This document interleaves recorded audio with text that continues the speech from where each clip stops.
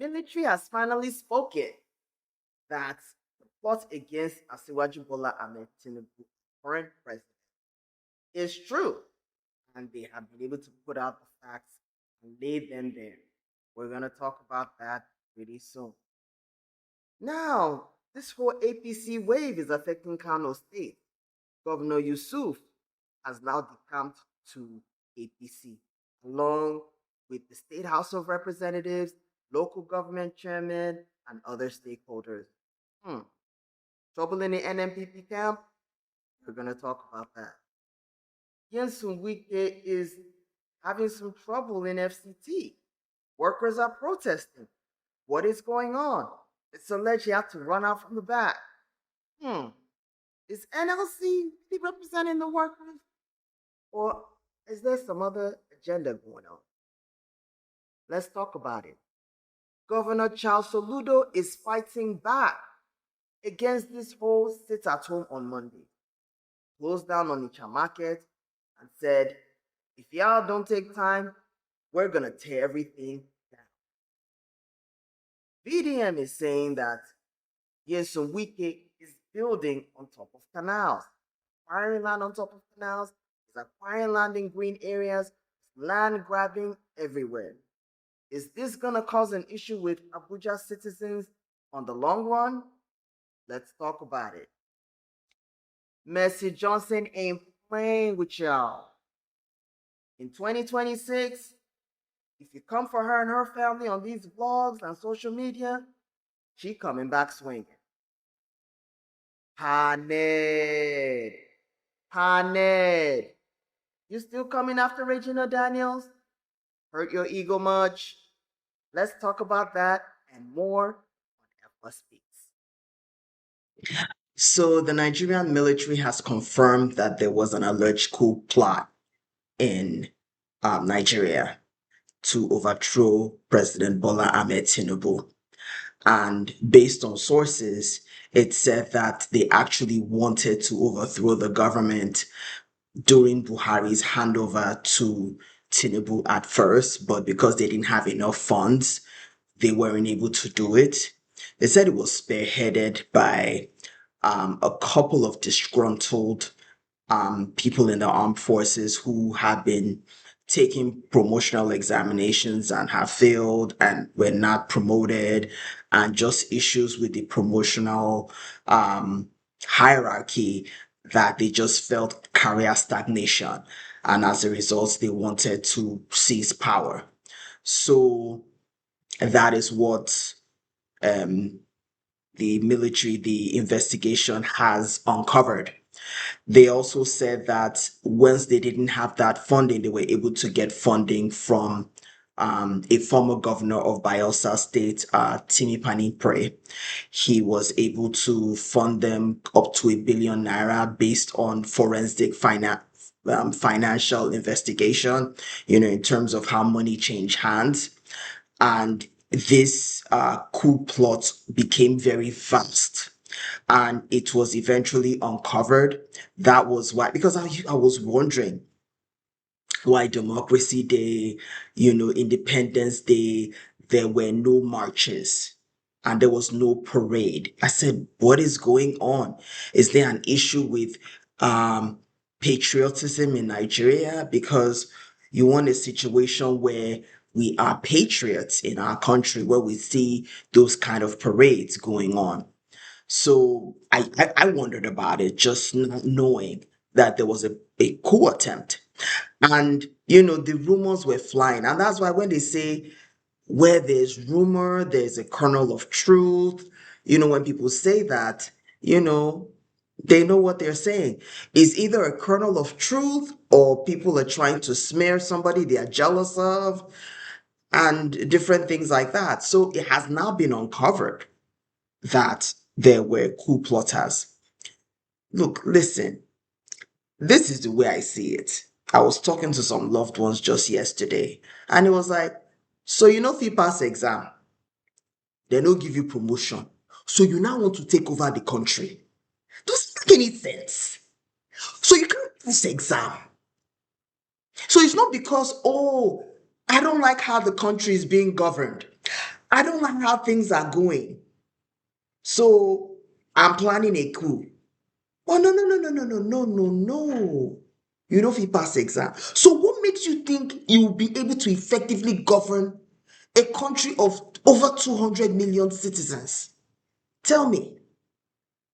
At least, from the looks of things, the people that took over democracy were patriots. Then you have the military takeover, and you had some sort of patriotism even amongst the military generals that took over the country. But right now because you get cotton wool for head, is that what the case is? And then it became so vast. Different stakeholders were involved, but it was uncovered. And now, either you guys are going to be in jail for the rest of your lives or firing squad.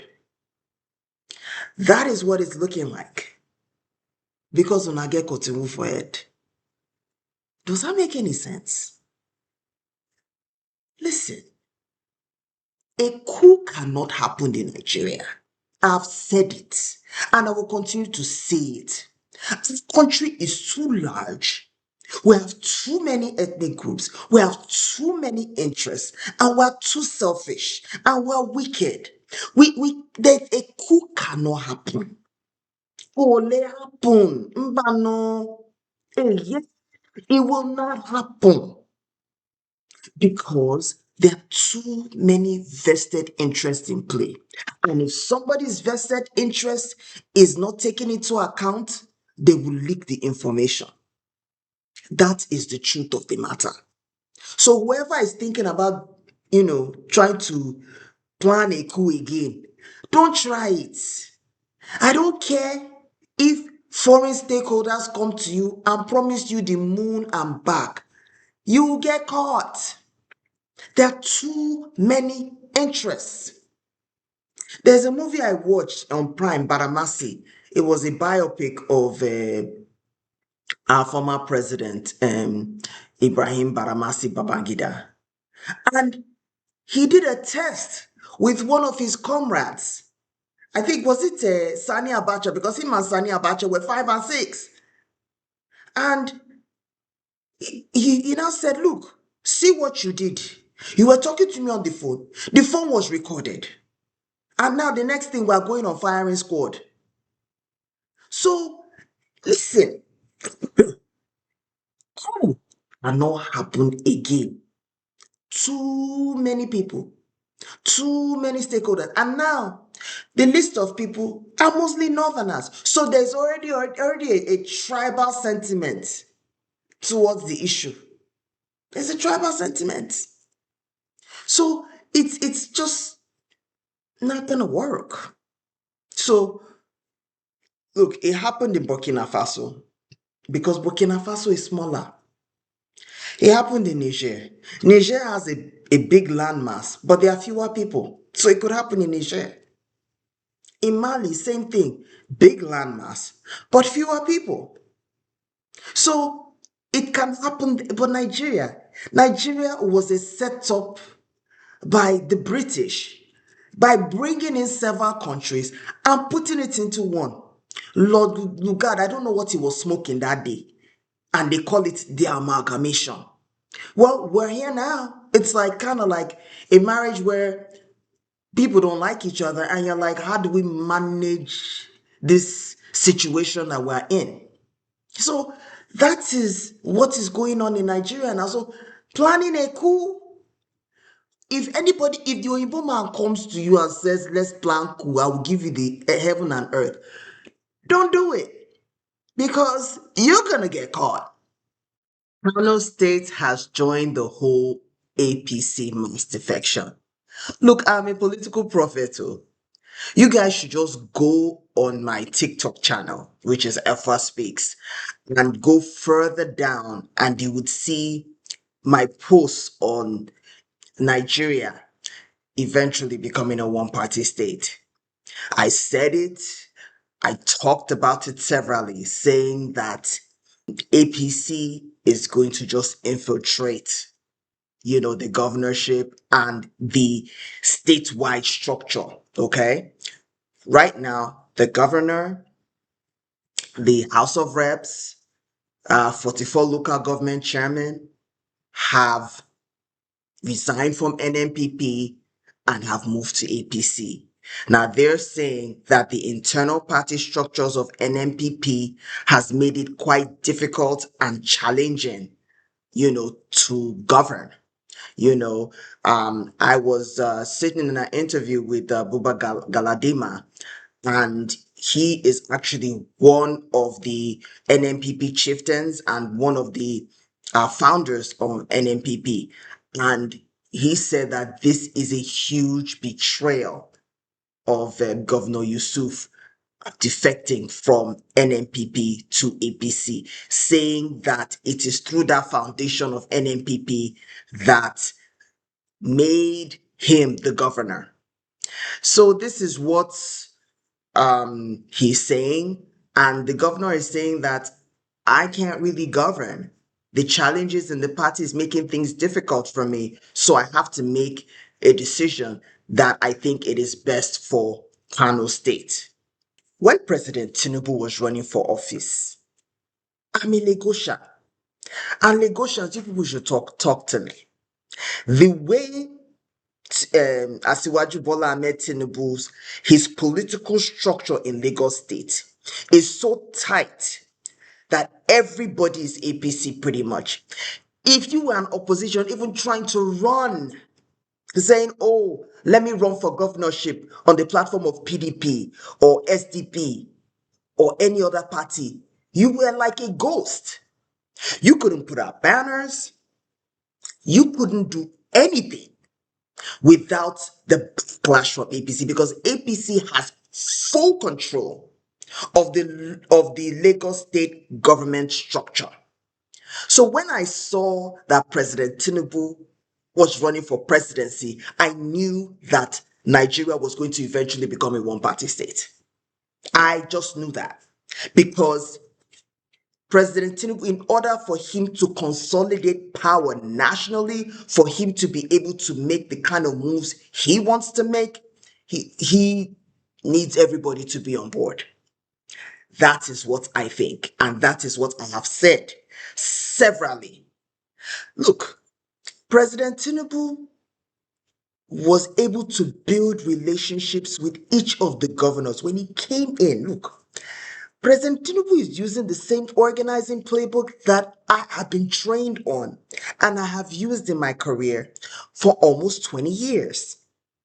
Organizing, community organizing, political organizing, stakeholder engagement is a craft and a skill that he has mastered over many, many decades. You need to build relationships. So when he became president, he called governors and built relationships with them, spoke to them about their state, spoke to them about their passions, spoke to them about what they wanted to see in their states, and then said, look, this is my vision for Nigeria, and this is how your state comes in. He built relationships with them individually. Look at what happened to my governor, Governor Peter Mba. He invited President Tinubu to come and launch some projects. And, people inspired, no, she's from PDP. He said, no, no, no, no, no, no, no. I like the fact that my governors are working. So what did President Tinubu do? He went to Enugu State. I remember I was actually in Enugu State at the time. I was about to leave when I saw banners all over the state greeting President Asiwaju Bola Ahmed Tinubu. And then my governor was still in PDP. So he built relationships. So look at what happened with PDP and the Southeast. How the presidential pick was not from the Southeast. And all the Southeastern governors said, you know what? Let me give you the middle finger. I'm out.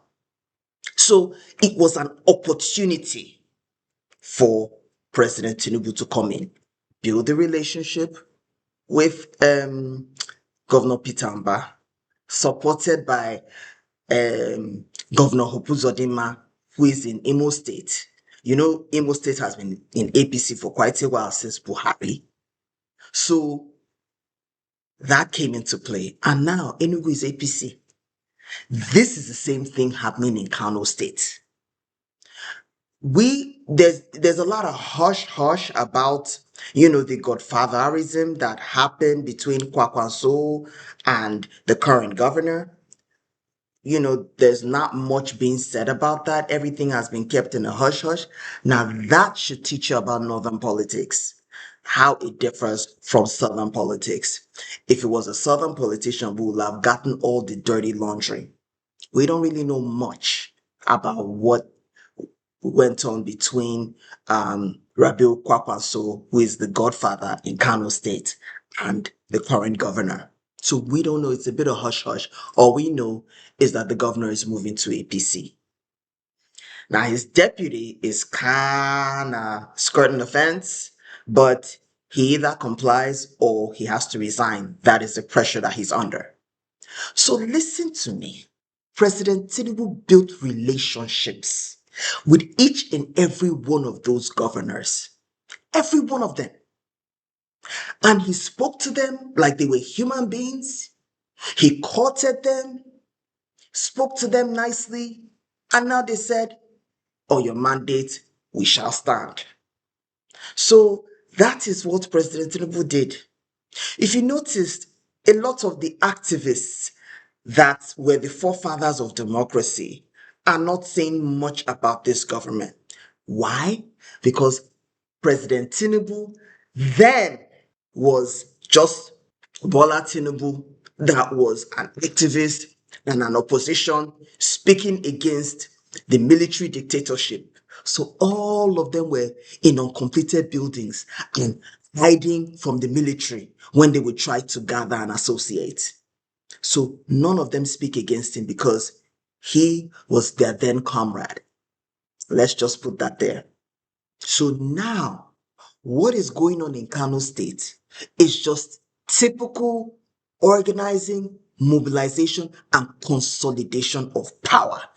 I think that a lot of the opposition have been infiltrated, sabotaged, a lot of division going on and rumbling, making them weak so that APC is now the dominant party. And there's a lot of infightings even within the geopolitical zones that are opposing APC right now. There's infighting and there are different divisions. SDP is practically non-existent. And then you have ADC that, who are you kidding? Atiku wants to become the presidential pick. And people are saying no, it's Obi or nothing. Who are we kidding? I said this many videos ago, which was it last year? Or yes, last year, 2024. I specifically said that ADC is for Atiku. So I don't know why we're wasting time on that. Kano is APC. And Kano is a huge battleground state. Kano is a huge battleground state. Lagos is a huge battleground state. So these are states that once you win them, you win the country. So I don't know what's going to happen concerning the other political parties, the opposition, but they are weak. And President Tinubu is going to serve his 8 years. This is why I said Obi should sit it out. But obedience are insisting that he should and are calling me all sorts of names. Obedience, you are known now to be toxic and abusive and aggressive. And this is not helping people to join your cause or helping people who are even on the fence to join your cause because of the way you behave. You guys need to be able to debate people that don't agree with you, either to have them see your opinion or to come to your side. But you're not doing that. You just insult people. Right now, Kano is APC. Obedience, Obi is not going to win. Obi should sit this out, like I said. That's my take on it. And let's see what happens with APC. Right now, let's look at it strategically. President Tinubu has the Southwest. The only states that are on the fence are Oyo and Osun. Those are the only two. And those two states, I believe, will still support Tinubu in one way or the other. I know Governor Sheyi Makinde is saying he's comfortable with PDP and he'll stay in PDP. And he's only saying all this because it's his last tenure. If he was really an opposition, why didn't he say it before he was re-elected? That's food for thought. Then you now have Osun State. Like I said in my previous videos about His Excellency Governor um, Ademola Deleke, is that he has a conundrum going. If he goes to APC, they just want to just phase him out. So those are the two states that are not APC.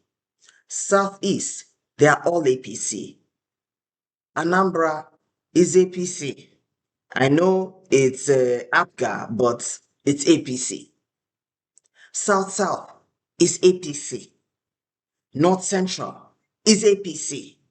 So now it's between the Northwest and the Northeast, and Northeast is likely APC too. So it's just Northwest that's on the fence.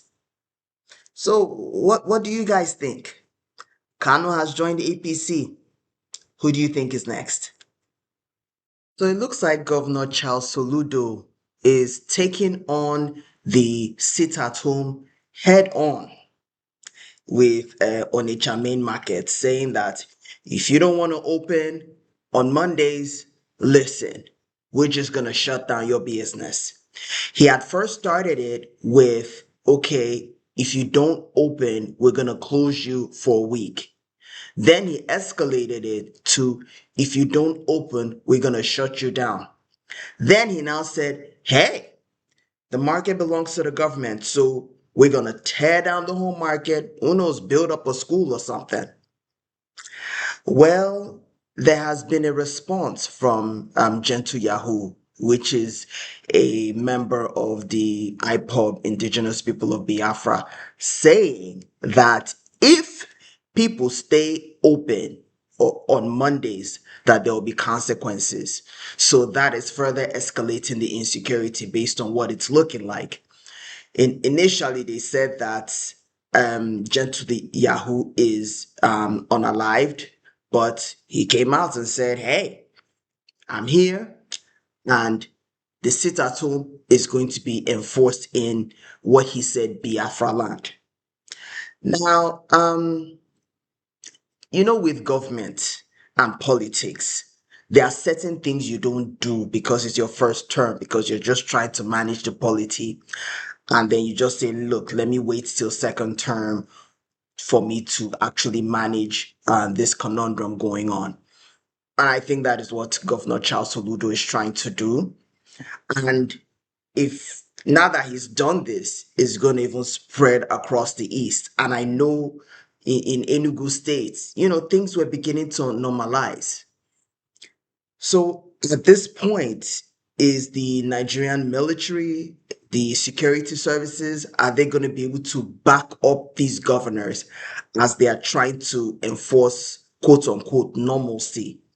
Now, look, I know, IPOB, they are trying to be well intentioned, but this is actually affecting the economy of the Southeast, saying sit at home.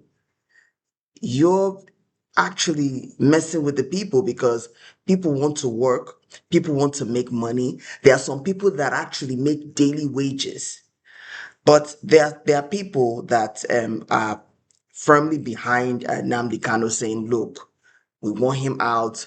This is just the price we're going to have to pay for that. Is that helping the people of the Southeast, or is actually cutting your nose to spite your face?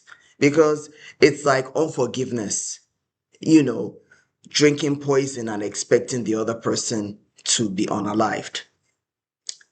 Now, this is quite an issue, and the governors are trying to face it head on. I guess this is what Governor Charles Soludo is trying to face. Now, what people are saying is that you're telling people to go back to work. Do you have the security for them to get to their places of business safely and get back home safely? Is the security where it needs to be?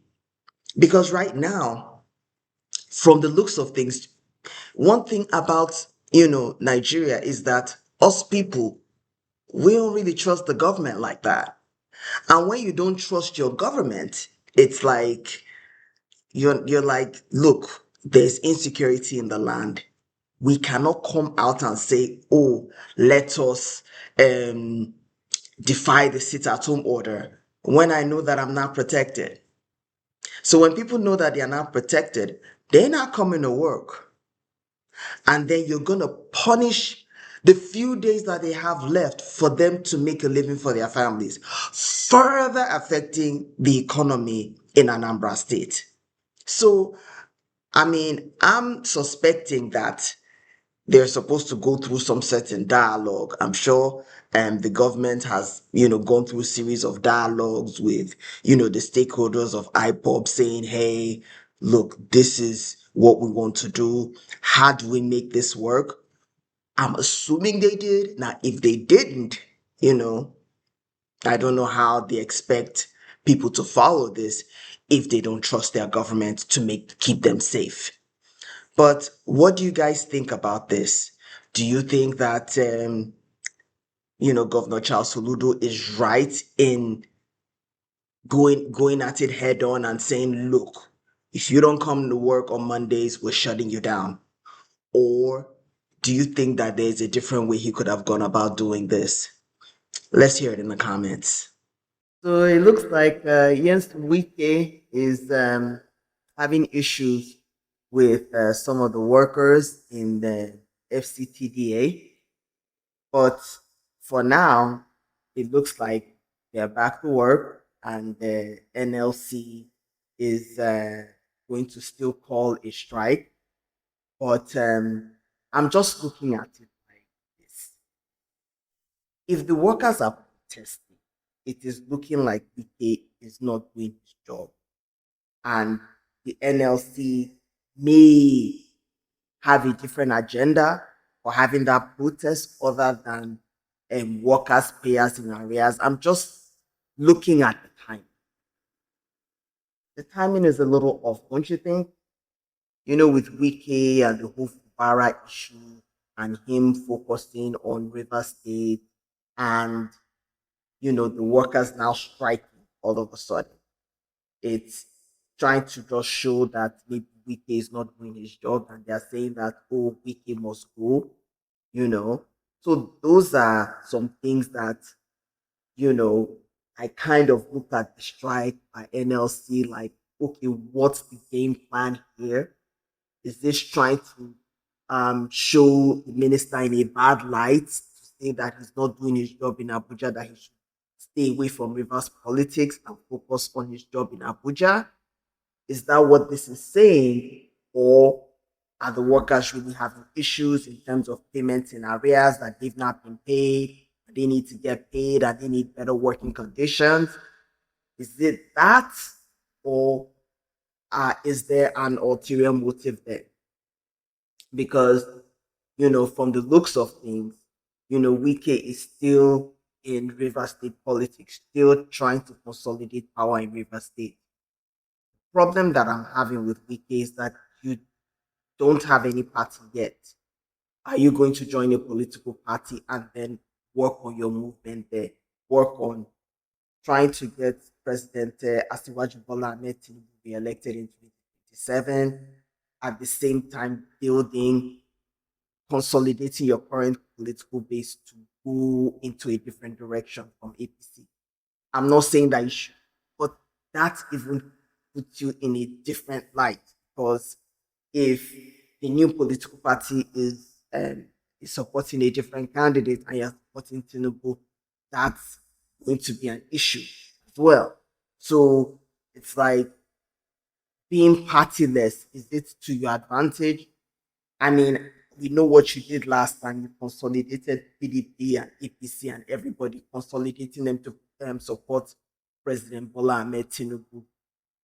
Um, but things have pretty much quieted down with your battle against the governor. Maybe the president has been able to have a conversation with you, like, "Look, you don't want to get on my bad side, you know, get on my bad side, I'll push you politically." Or you're saying, listen, I'm going to keep fighting for my power in River State. Because one thing Tinubu has mastered is that when people have the loudest mouth in Abuja politics, they know that they have a strong base in the state of which they are from, on their state of origin, and where their political base is.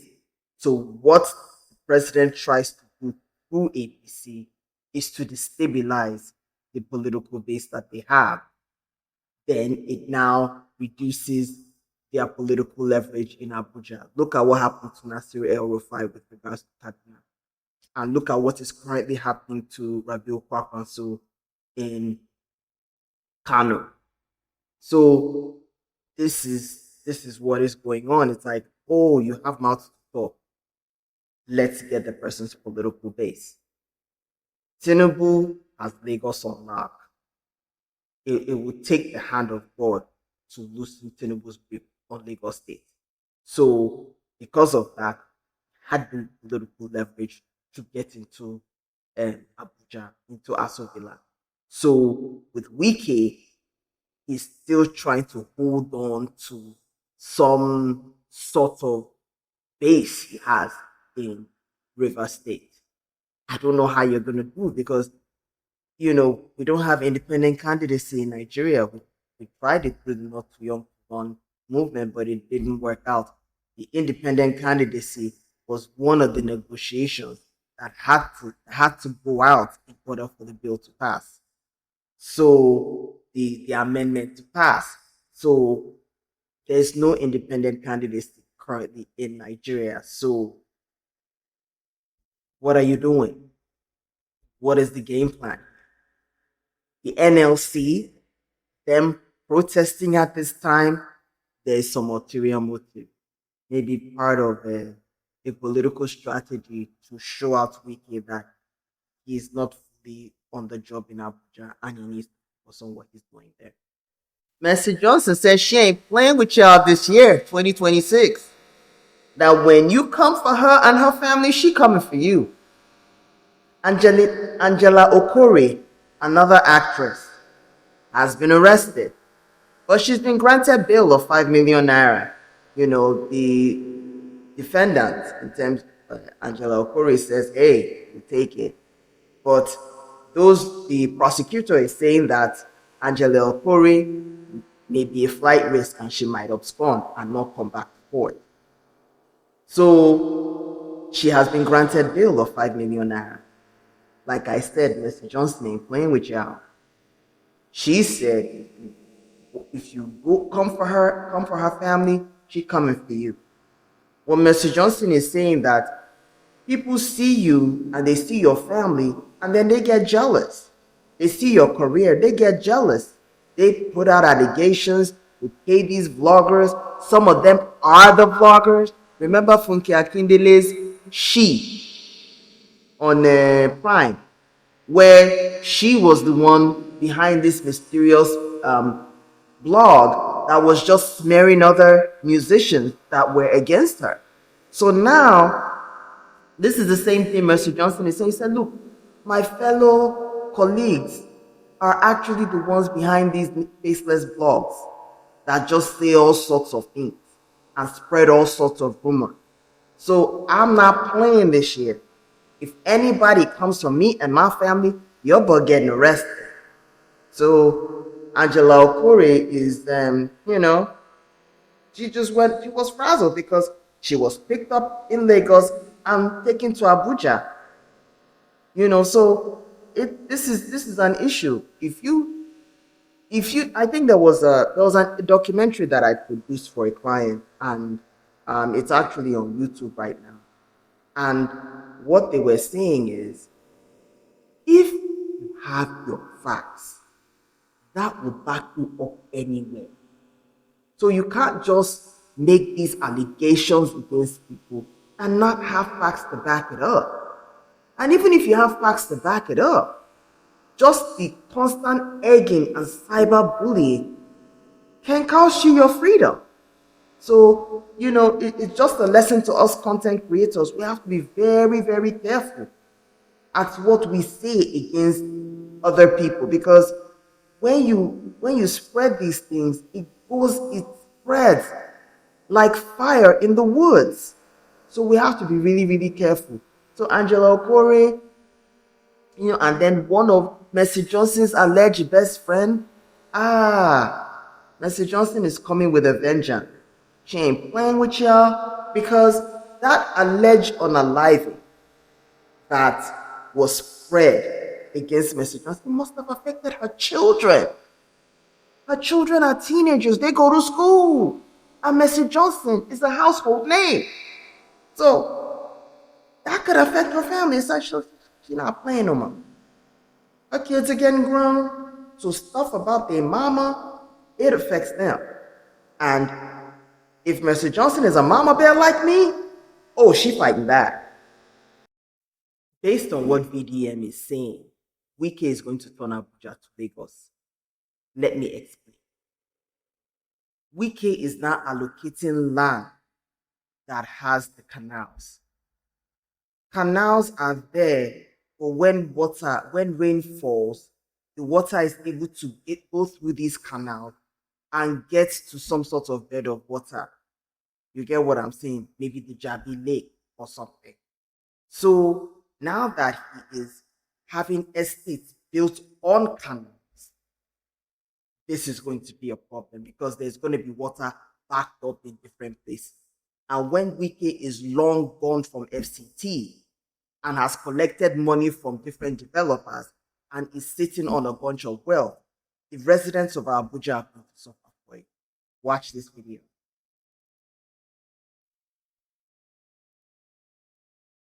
So, based on what Tinubu is saying, Nyesom Wike is one of his best performing ministers. I am wondering, maybe he's grabbing this land from President Tinubu, or is he grabbing this land for himself?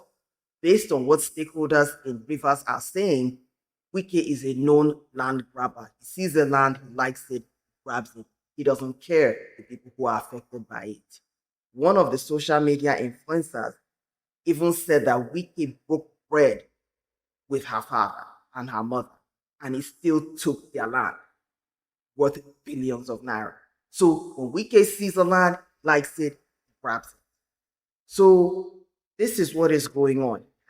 Taking land that is supposed to be allocated for something else, for drainage. Wike for drainage, sir. You are taking it and you are selling it to developers. They are developing on canal. Let me tell you what's going to happen. Another FCT minister is going to come, and they're going to demolish all those properties. If you are a developer and you are collecting land on canal, anyway, what concerns developers? They will develop, build. People will just buy the property. So it is no longer their concern. It's developers. So if you are going to buy that property, you better find out where that property is being built on. If it's built on a canal, you pay for it years later when they come and demolish your property. People are going through the same thing in Lagos State. People who built by canals, and the Lagos State government did not say anything about it, either because they were bribed. Now these buildings are being demolished. As Wike is allocating land on top of canal, if you are going to buy properties, especially one that is being sold during this Wike's tenure, and it was a canal, don't buy. If you buy, another FCT administrator will come and they will just demolish everything. So, because the drainage needs to function.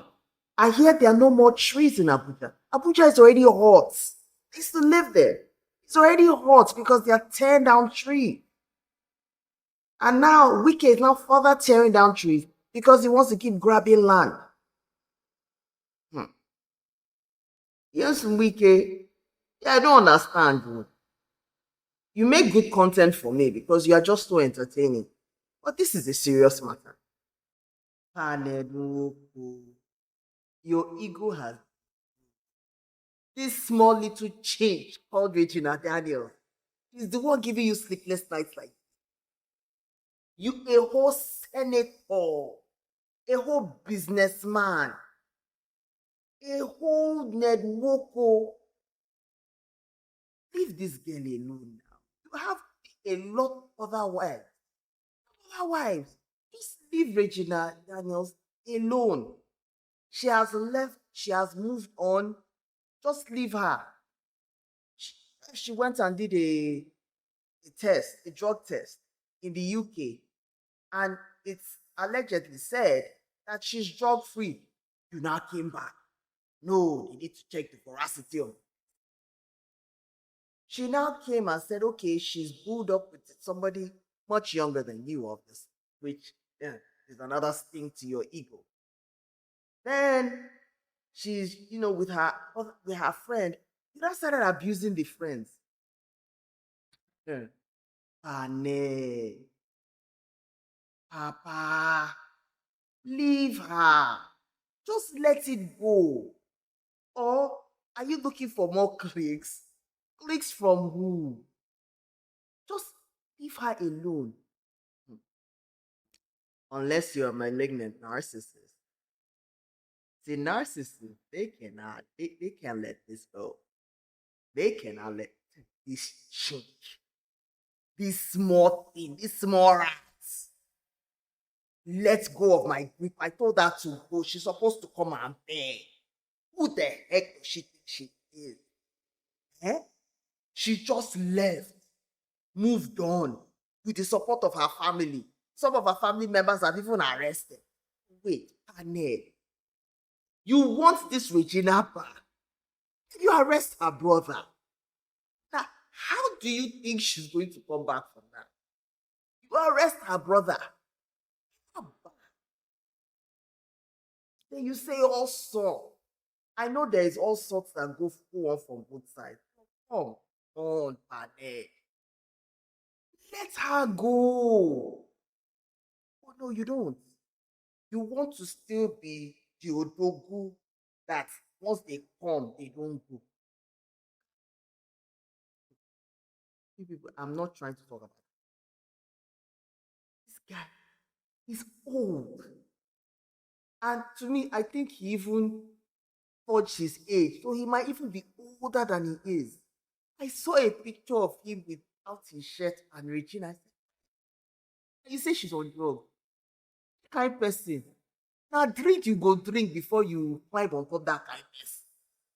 Sorry, do this. Do this. So on top the fact that she has to drink and maybe take some banner to be intimate with you and even have two of your children, you are now still beating her and causing domestic violence, she has alleged. And you are now, you can't let it go. You can't let this go. Panel. Panel. Panel. Don't let this small girl be your undoing.